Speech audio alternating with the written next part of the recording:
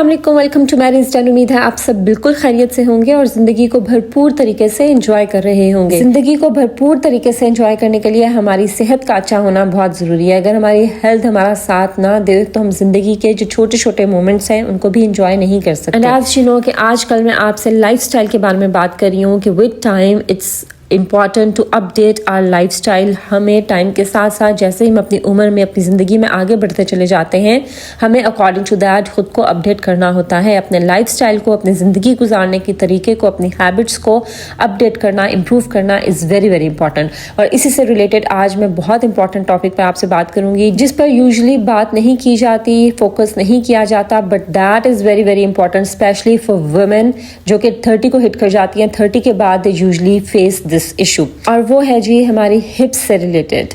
हिप्स की मूवमेंट, हिप्स की स्टिफनेस और हमारे हिप्स का size. With time you might have notice कि जैसे औरत अपनी उम्र में आगे बढ़ती जाती है उनके हिप्स के साइज आपने देखा होगा दे टेंड टू इंक्रीज, जिसकी वजह से उनकी बॉडी बहुत डी शेप लगती है, बहुत पुअरली शेप लगती है। बॉडी जो है वो एक अच्छी मतलब शेप में नहीं लगती। और इसके साथ साथ अगर आपका बाकी बॉडी का जो वेट है ना वो मेंटेन है लेकिन आप हिप्स एरिया से आप चौड़े हैं और आप they are larger in size, तो फिर आप वज़न में भी ज़्यादा दिखते हैं। और मुझे भी ये प्रॉब्लम मैंने ना लास्ट 1 ईयर से मैंने ये नोटिस करना शुरू किया कि मुझे भी अब ये फील होना शुरू कर दिया कि जैसे मैं 30s में आगे बढ़ती जा रही हूँ तो मेरा जो फैट है वो ज़्यादा हिप एरिया में एक्यूमुलेट होता जा रहा है। They are growing bigger in size. So what I am doing to prevent that, मैं किस तरह से हिप्स मूवमेंट को अपनी ज़िंदगी में लेकर आई हूँ, इससे मुझे किस तरह से फ़ायदा हो रहा है। और जो हिप्स मूवमेंट है why that is very important specially for ladies जो कि 30 को क्रॉस कर जाती हैं। उनकी लेट 30s में 40s में हिप्स movement is very very important जिसको हम बहुत ज़्यादा इग्नोर कर देते हैं। सो यही मैं आज की वीडियो में डिस्कस करूँगी। चलिए जी let's get started with today's video. सबसे पहले तो ये वजह जान लेते हैं कि विद टाइम हमारे हिप्स का साइज़ ग्रो करना क्यों शुरू कर देता है। और ये स्टिफ होना, स्टिफ का मतलब है कि हार्ड होना शुरू हो जाते हैं, उनकी जो फ्लेक्सिबिलिटी है वो कम होना शुरू हो जाती है। ठीक है, तो ऐसा क्यों होता है? सबसे पहले मेन रीज़न जो वुमेन में होती है that is hormonal change. Obviously जैसे ही हम एज में आगे आगे बढ़ते चले जाते हैं हमारी जो रिप्रोडक्टिव एज है या हमारी जो रिप्रोडक्शन कैपेसिटी है वो कम होती जाती है। हम अपने मीनोपॉज की तरफ जाना शुरू हो जाते हैं। हमारे हार्मोन्स में जो है वो शिफ्ट आना शुरू हो जाता है आफ्टर 30। ठीक है, 30 के बाद ही आपके आहिस्ता आहिस्ता आपके हार्मोन्स शिफ्ट होना शुरू हो जाते हैं। स्पेशली आपके मैं आसान अल्फाज में बात करूंगी, ज़्यादा मैं कोई मुश्किल टर्म्स यूज़ नहीं करूंगी, लेकिन मैं कुछ हार्मोन्स के नाम आपको दे देती हूँ। जैसे एस्ट्रोजन है जो कि वुमेन हार्मोन होता है, प्रोजेस्टेरोन जो कि मेल हार्मोन होता है, और ग्रोथ हार्मोन्स हैं। ये बेसिकली हार्मोन्स होते हैं जो कि शिफ्ट होना शुरू हो जाते हैं जिसकी वजह से हम कहते हैं कि हार्मोनल इम्बैलेंस हो गया है और इसकी वजह से हमारा जो ज़्यादा फैट है वो हमारे हिप्स के अराउंड एक्यूमुलेट होना या जमा होना शुरू हो जाता है। सो हार्मोनल जो इम्बैलेंस है ना that is the main cause in ladies, जिसकी वजह से उनके हिप्स जो हैं वो दे टेंड टू ग्रो बिगर और उसमें ज़्यादा फैट जो है वो जमा हो जाता है। इसके अलावा एक और रीज़न ये है कि जैसे ही उम्र में आगे बढ़ते हैं हमें पता है कि हमारा मेटाबॉलिज्म स्लो होना शुरू हो जाता है। मेटाबॉलिज्म का मतलब यह है कि हमारी बॉडी की जो वर्किंग स्पीड है, हमारी बॉडी जिस स्पीड से काम करती है ना वो स्लो होना शुरू हो जाती है। उसको हम कहते हैं मेटाबॉलिज्म स्लो हो गया है, जिसकी वजह से हम अमूमन जितना खा रहे होते हैं उतना हमारी एक्टिविटी नहीं होती और हमारी बॉडी जो है वो उसको उसकी वर्किंग भी स्लो हो जाती है, वो उसको अच्छे से उस फूड को प्रोसेस नहीं कर पाती, जिसकी वजह से ज़्यादा जो फैट है ना वो एक्यूमुलेट होना शुरू हो जाता है, जमा होना शुरू हो जाता है। इसलिए विद टाइम हमें अपनी ईटिंग हैबिट्स को भी अपडेट करते रहना चाहिए।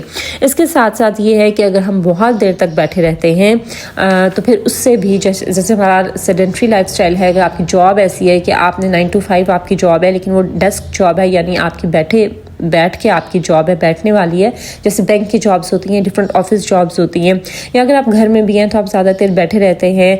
बैठ के आपने जो भी घर का काम करना है, अगर आपने खाना भी बनाना है तो सब्ज़ी वगैरह सारी आप बैठ के कट कर रहे हैं, यानी आप ज़्यादा फोकस आप करती हैं कि आप बैठे रहें। ठीक है, सो अगर आपका सेडेंट्री लाइफस्टाइल होता है और आपकी कोई एक्टिविटी ज़्यादा नहीं होती तो उससे भी आपका फ़ैट आफ्टर 30 लेडीज़ का जो फ़ैट है वो ज़्यादा हिप्स में जमा होना शुरू हो जाता है। और फिर एक और रीज़न ये है कि 30 के बाद औरतों का जो मसल मैस है वो भी आहिस्ता आहिस्ता लूज़ होना शुरू हो जाता है, चाहे मर्द हो चाहे ख़वातीन हो।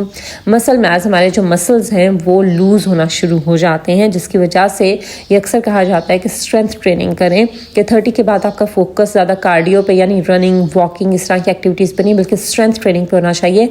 स्ट्रेंथ ट्रेनिंग होती है जो आप वज़न उठा के, कोई वेट उठा के, जो आप अपलिफ्टिंग करते हैं उनको उठा के जब आप एक्सरसाइज करते हैं, दैट इज़ स्ट्रेंथ ट्रेनिंग। तो इस तरह कहा जाता है कि 30 के बाद स्ट्रेंथ ट्रेनिंग की एक्सरसाइजेस को फोकस करें ताकि आपका जो मसल्स की स्ट्रेंथ है कम होने के बजाय उस पर आप काम करें और उसको बिल्ड करें। उसके अलावा एक और रीज़न जो लेडीज़ में है दैट इज़ स्ट्रेस, और ये बहुत बड़ा रीज़न है। और स्ट्रेस की वजह से, अगर आपको कोई स्ट्रेस है तो उसकी वजह से जो वज़न जो है वो बहुत ज़्यादा आपका बढ़ता है, और स्ट्रेस की वजह से ज़्यादा वज़न जो आपका बढ़ता है वो आपके लोअर एरिया में बढ़ता है। हम अक्सर कहते हैं कि हमारा पेट जो है वो बढ़ गया है, हमारी हिप्स बढ़ गई, ये लोअर बॉडी है, ठीक है।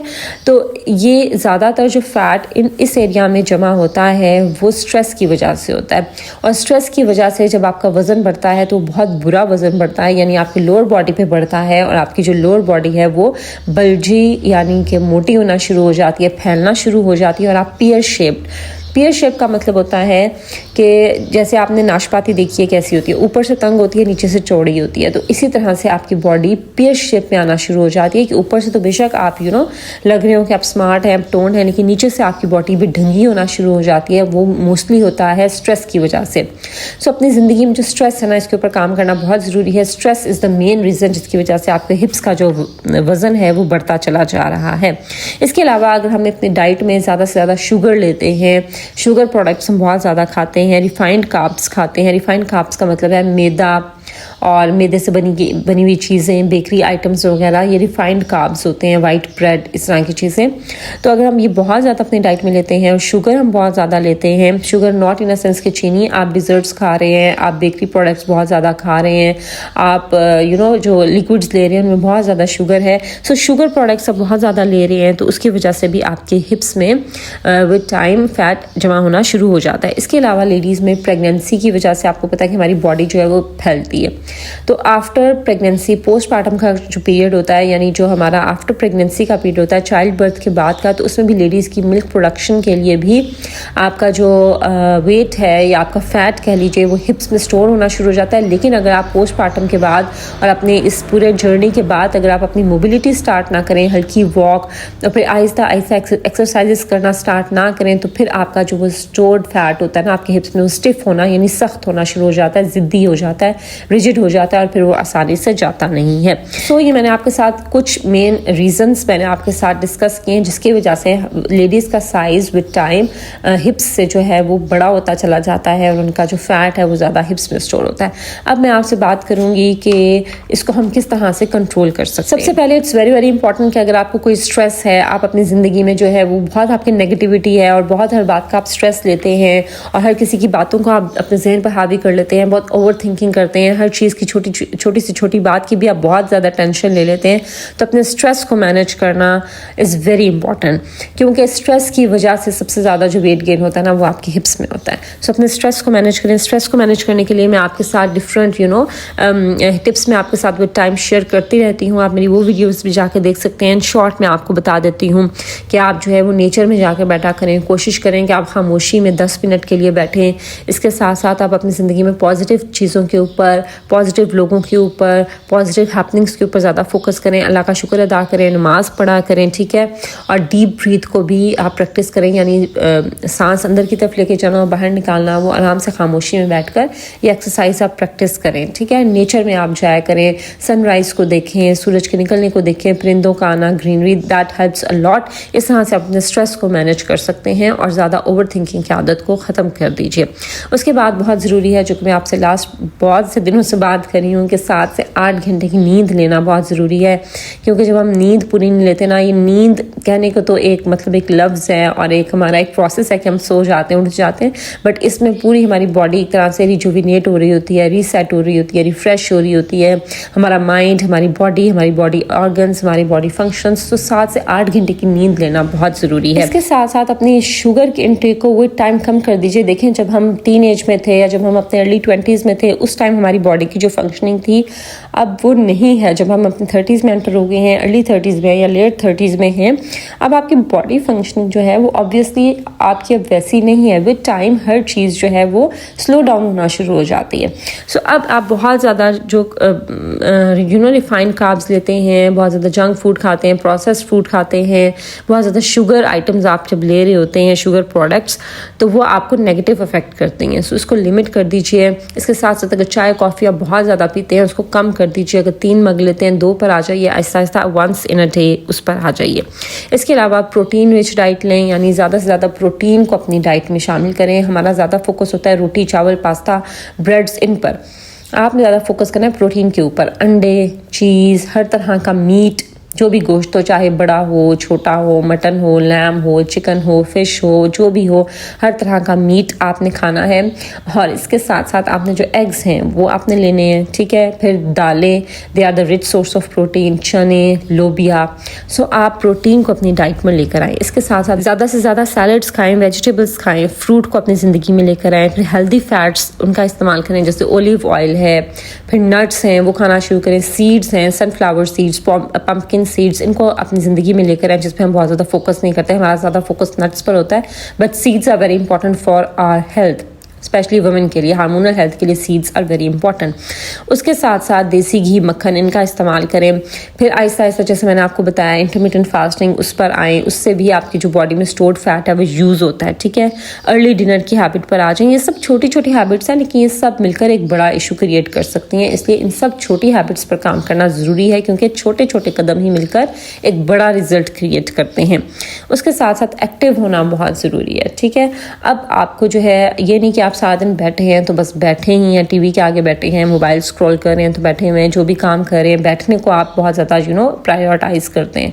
सो ये जो बैठने की हैबिट है ना, इसको आप ओवरकम करें। अगर आप आधा घंटा भी बैठे रहे हैं तो उसके बाद उठ खड़े हों और थोड़ा सा चल फिर लिया करें, ताकि आपके हिप्स जो है वो मूवमेंट में आ जाए। अब मैं आपसे बात करूंगी कि हिप्स की मोबिलिटी या हिप्स को मूवमेंट में लाना, उनको मूव करना क्यों ज़रूरी है। सबसे पहली चीज़ ये कि अगर हमारा बहुत सेडेंट्री लाइफस्टाइल है, हम बैठे रहते हैं या हम अपने हिप्स को मूव नहीं करते, यानी हम एक्सरसाइजेस वो नहीं करते जिसमें हम हिप्स मूवमेंट को टारगेट करें, तो उससे क्या होता है कि हमारे जो हिप्स के मसल्स हैं वो स्टिफ होना, सख्त होना शुरू हो जाते हैं, और जिसकी वजह से जो फैट है वो रिजिड हो जाता है, ठीक है। आपने खुद भी नोटिस किया होगा विद टाइम, अगर आपकी मूवमेंट ना हो तो आपके जो हिप्स हैं वो स्टिफ या हार्ड होना शुरू हो जाते हैं। सो इस चीज़ को ख़त्म करने के लिए ना मूव करते रहना, एक्टिव रहना बहुत ज़रूरी है। इसके अलावा आपकी जो लोअर बैक, आपने देखा होगा कि वक्त के साथ साथ, उम्र के साथ साथ बहुत से लोग शिकायत करते हैं कि उनकी जो लोअर बैक है, यानी जो आपकी कमर है उसका निचला हिस्सा, उसमें पेन होता है। आप लेटते हैं तो पेन होता है, ज़्यादा देर बैठे रहें तो पेन होता है, खड़े हों तो पेन होता है। ये इंडिकेट करता है कि आपकी जो हिप्स की जो हेल्थ है या मूवमेंट है या बैकबोन की जो हेल्थ है, ये दोनों साथ साथ हैं, आपकी स्पाइन हेल्थ और आपकी जो हिप्स की हेल्थ है, क्योंकि हमारा पूरा जो बॉडी का वेट है वो हमारी हिप्स बोन के ऊपर, हमारी बैकबोन के ऊपर है, ठीक है।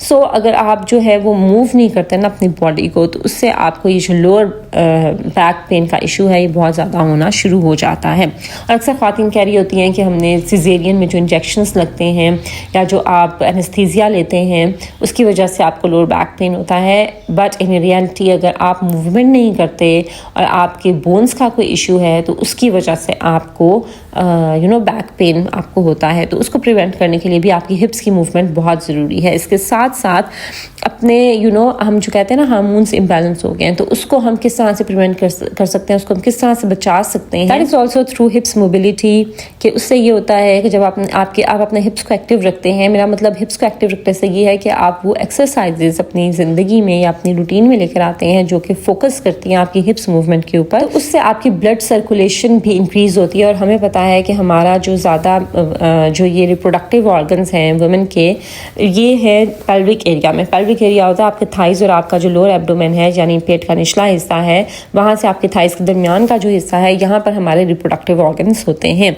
और अगर उनमें कोई मसला हो तो उसकी वजह से हमारा जो बेली है और जो हमारा हिप्स हैं वो फिर बढ़ना शुरू हो जाते हैं। तो हार्मोन्स को बैलेंस करने के लिए भी ब्लड सर्कुलेशन बहुत ज़रूरी होती है। और ब्लड सर्कुलेशन कैसे आती है? जब आप एक्टिव रहते हैं, जब आप मूवमेंट करते हैं। इसके साथ साथ हमारे जो ऑब्वियसली रिप्रोडक्टिव ऑर्गन्स मैंने आपको बता दिया वो इस रीजन में होते हैं, इसलिए हमारी जो मेंस्ट्रुअल हेल्थ है यानी पीरियड्स में अगर आपने देखा होगा कि अक्सर बहुत ज़्यादा कुछ लोगों को क्रैम्प्स होते हैं यानी बहुत ज़्यादा पेन होता है, फिर आपकी जो ब्लीडिंग है उसमें कभी प्रॉब्लम आ रहा होता है। और ये ज़्यादा किस वजह से होता है, क्योंकि अगर आपकी जो ये रिप्रोडक्टिव हेल्थ है वो अच्छी ना हो तो फिर आपको ये मसले इनका सामना करना पड़ता है। तो ये भी आप बेहतर कर सकते हैं थ्रू हिप्स मूवमेंट या हिप्स मोबिलिटी एक्सरसाइजेस। इसके साथ साथ आपने आपके बैलेंस को इम्प्रूव करता है, क्योंकि आपने देखा होगा कि विद टाइम आपने काफ़ी सुना होगा, मैंने तो काफ़ी अपनी फैमिली में एग्जांपल्स दिए हैं कि अक्सर लोग जो हैं वो गिर जाते हैं और गिरने की वजह से उनकी अक्सर या तो हिप बोन वो उसमें कोई मसला हो जाता है, टूट जाती है, या वो गिरने के बाद ही उनकी जो हेल्थ है वो डाउन होना शुरू हो जाती है। अक्सर आपने सुना होगा कि एजड लोगों को मसला शुरू होता है। किस वजह से होता है कि उनकी हिप्स मूवमेंट बिल्कुल ज़ीरो होती है, हिप्स की स्ट्रेंथ नहीं होती, विद टाइम वो बिल्कुल ज़ीरो हो जाती है, जिसकी वजह से उनकी बॉडी का बैलेंस मेंटेन नहीं रहता और वो कहीं पर भी गिर जाते हैं। सो अपनी बॉडी के बैलेंस को मेंटेन रखने के लिए और जैसे जैसे आप एज करते जाएं तो आप इस तरह बिला वजह गिर ना जाएं और आपको चोट ना लगे और आपकी बॉडी में मेन फ्रैक्चर्स ना हो जाएं। तो उसके लिए भी आपको अपनी हिप्स की स्ट्रेंथ को बिल्ड करना बहुत ज़रूरी है। तो इससे रिलेटेड मैं आपको कुछ एक्सरसाइजेस अभी मैं बता देती हूँ जो कि आपका करना ज़रूरी है। यानी आप बेसिक जो हिप्स की स्ट्रेचिंग एक्सरसाइजेस होती हैं उनको अपनी लाइफ में लेकर आए। अगर आप 5 मिनट्स भी डेली करते हैं ना, दैट इज़ इनफ, ठीक है। आहिस्ता आहिस्ता आप स्ट्रेचिंग की एक्सरसाइज लेके आए। हिप्स ओपनिंग एक्सरसाइजेस होती हैं उनको आप करें। आपको यूट्यूब पे हज़ारों की तादाद में आपको ऐसी एक्सरसाइजेस मिल जाएंगी। आप शुरू कर रहे हैं तो आप बस ये लिख के आप सर्च करें यूट्यूब पर that हिप्स mobility exercises for beginners, ठीक है। तो आपको वो बिगिनर्स के लिए आपको कुछ एक्सरसाइजेस दिखा दी जाएंगी, उनको आप साथ साथ लगाएं स्क्रीन पर और उनको फिर आप प्रैक्टिस करें, ठीक है। But हिप्स movement is very very important for the ladies specially जो कि 30 को क्रॉस कर जाती हैं। उसके बाद अपनी हिप्स मूवमेंट के ऊपर, हिप्स की स्ट्रेंथ के ऊपर बहुत ज़्यादा फोकस करें और अपना जो लाइफ स्टाइल है उसको चेंज करें, एक्टिव लाइफ स्टाइल की तरफ आएँ। और बहुत ज़्यादा गलती जो हम लेडीज़ करती हैं, देखिए अब 30 से पहले तक तो कार्डियो बहुत ज़्यादा हेल्प करता है। कार्डियो में आता है कि आप बहुत ज़्यादा भागते हैं, आप रस्सी कूदते हैं, आप बहुत तेज़ वॉक करते हैं, तो ये इससे आपका वज़न तो कम हो जाता है। लेकिन आफ्टर 30 आपके मसल्स को बिल्ड करना बहुत ज़रूरी है, क्योंकि आहिस्ता आहिस्ता आपकी जो मसल्स की ताकत है वो कम होना शुरू हो जाती है।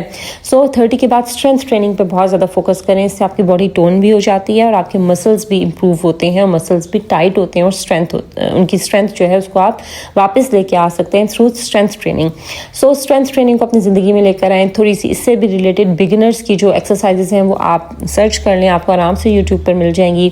सो ये थोड़ी थोड़ी बेशक 5 मिनट से स्टार्ट करें, लेकिन हिप्स को आप टारगेट करना शुरू करें और उनके रिलेटेड एक्सरसाइजेस आप ढूंढें, तलाश करें और उनको करना शुरू करें। तो आज की वीडियो में आपने देखा कि मैं डिफरेंट एक्सरसाइजेस कर रही हूँ रिलेटेड टू हिप्स, मैंने आपको दिखाई भी हैं और आप खुद से भी सर्च करके आप कर सकते हैं। चलिए, that was all about my today's video. I hope कि मेरी आज की वीडियो से आपको कुछ ना कुछ फ़ायदा ज़रूर हुआ होगा। अगर ऐसा है तो उसको ज़रूर लाइक कीजिए, फ्रेंड्स और फैमिली के साथ शेयर कीजिए, मेरे चैनल को ज़रूर सब्सक्राइब कर दीजिए। This is Maria signing off until my next video. अल्लाह हाफिज़।